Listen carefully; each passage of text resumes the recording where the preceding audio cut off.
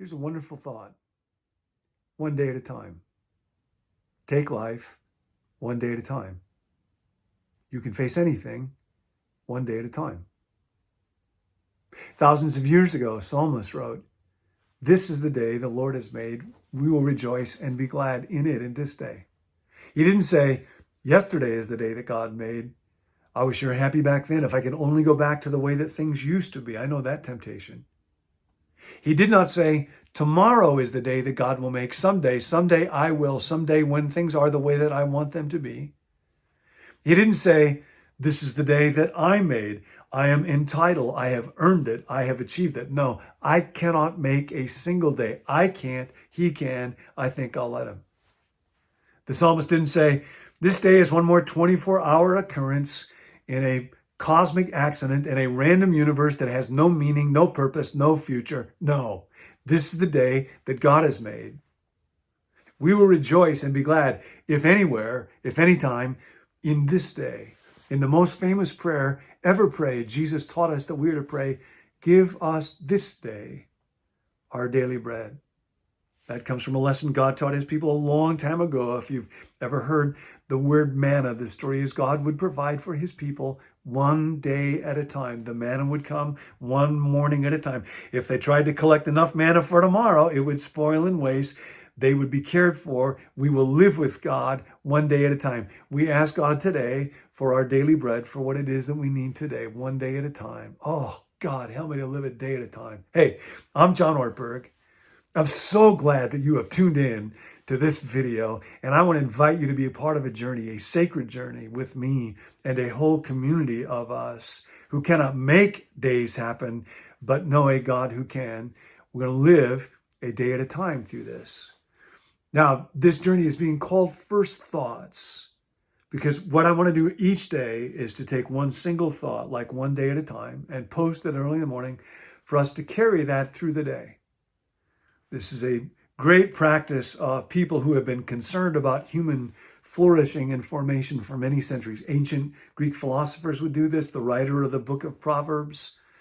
AA community is really good at doing this. Supremely, of course, Jesus was.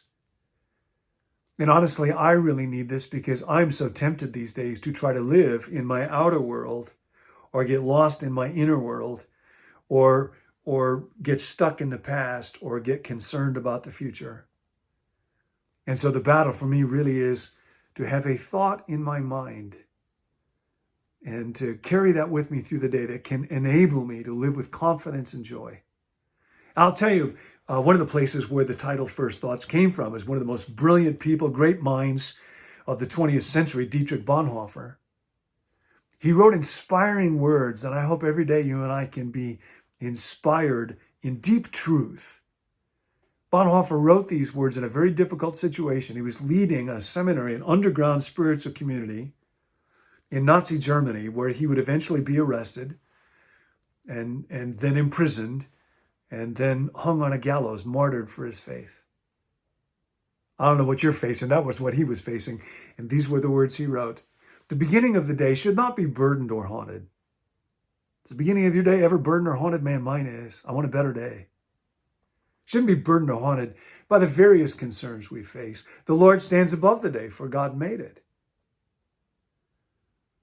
All the darkness and confusion of the night gives way to clear light of Jesus Christ. All restlessness, all anxiety, all worry, and all fears flee before him. Therefore, in the early morning hours, may our first thoughts and our idle words be silent, and may the first thought and the first word belong to him, to whom our whole life belongs. And then Bonhoeffer quotes another man, the Apostle Paul, who is also arrested and imprisoned and martyred for his faith. Paul said, "Sleep or awake, rise from the dead. Christ will shine on you." Now that's a first thought in the morning. Sleep or awake, rise from the dead, come to life, because you're living in the power of somebody else. And I want that for my first thought for today. Today, I live one day at a time. I need an anchor thought to carry me through the day. A little parable about this If you're a golfer, you know, when you go to swing the club, what you think will be very important. And there'll be all kinds of thoughts that rival each other to be in your mind, like don't shank it, don't slice it, don't miss it altogether, don't look stupid. You got to swing really hard. You got to try your best. All those end up being terrible thoughts. They will make you golf worse. You need a thought that's very simple, that will free you, that will give you confidence so that you can swing with grace. Now, grace is God's power at work in us to do what we cannot do ourselves. If you want a great swing thought for golf, see your golf professional. But if you want a life thought, then join in this community together with me. And our thought for today is one day at a time. Just for today. Don't live in the past. Don't be worried about the future.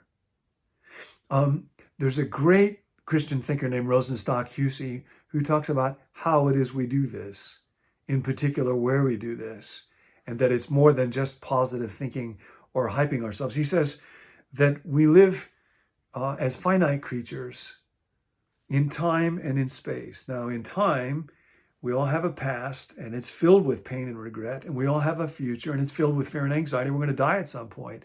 So we're very tempted to be torn by those. But we can't live with regret and fear. We are made to live with gratitude for our past and with confidence, with hope in our future. And then he says we live in space.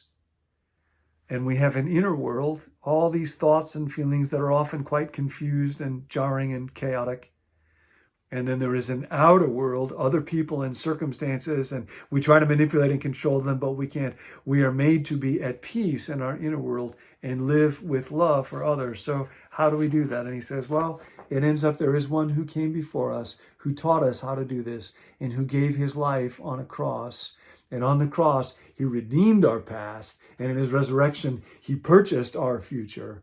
And on the cross, he gave forgiveness to all that is wrong within us. And he showed the triumph of love. Father, forgive them. They know not what they do, that overcomes even our enemies. And so we are made to live right here, right now, in the cross of Jesus, in a cross-shaped, cruciform life. It is because of Jesus. This is the day the Lord has made and has been redeemed supremely by Jesus, supremely on the cross. He enables us to live right here, right now. Not a victim anymore of my past. Not enslaved anymore by my worry about the future. Not stuck anymore by this constant swirl of stuff inside me. Not having to manipulate and deceive or image manage so that I can control. This day, this moment, one day at a time, in what one wonderful thinker many centuries ago called the sacrament of the present moment. Sacrament, is something that's quite ordinary bread, and yet the body of Christ shines through it. Ordinary wine, and yet the blood of Christ shed for us somehow shines through it. Sacrament is something quite ordinary that becomes a vesicle, a vehicle for what is extraordinary, for the divine. And this moment is a sacrament. No moment is ordinary. The man who wrote that book said, God reveals himself to every individual, moment by moment. There is no moment when God is not present through suffering, through beauty, or through duty. How often I miss them, but I don't want to. One day at a time. And they come to you right now. Now, you will tell yourself, your mind will be tempted to tell you, no, there's something you've done in your past, or there's some way. No, one day at a time, this day. It is yours as a gift of grace. This is the day he made. You don't have to wait. Doesn't matter where you've been, who you are, what you've done, how old you are. I recently turned 64, and a group of good friends took me out golfing, and they had a radio blasting songs from the past while we were golfing to help our swing thoughts. And no kidding, on the day that I was turning 64, one of the songs that came on was from the Beatles. If you're old enough, you'll remember it. Will you still want me? Will you still love me when I'm 64? And I remember I was 7 years old when that song came out, thinking, man, if I ever turn 64, just take me out and shoot me. But now I'm 64 and I don't want to be shot at all. Will you still love me? Will you still? Yes, yeah. If you're 4 or 24, 44, 64, 104, this is the day the Lord has made. You do not have to be defeated by what's happened in your past. You don't have to be worried about what will take place in your future. God holds all of that. This day, this is the sacrament of the present moment. This is the center of the life and love and cross of Jesus. Right here, right now, all through the day. Set your alarm a few times on your cell phone so that when it goes off, you can just take a pause and say, oh yes, God, right here, right now, right here, right now. One day at a time, this day. And then tomorrow will be a new day, and I'll see you then.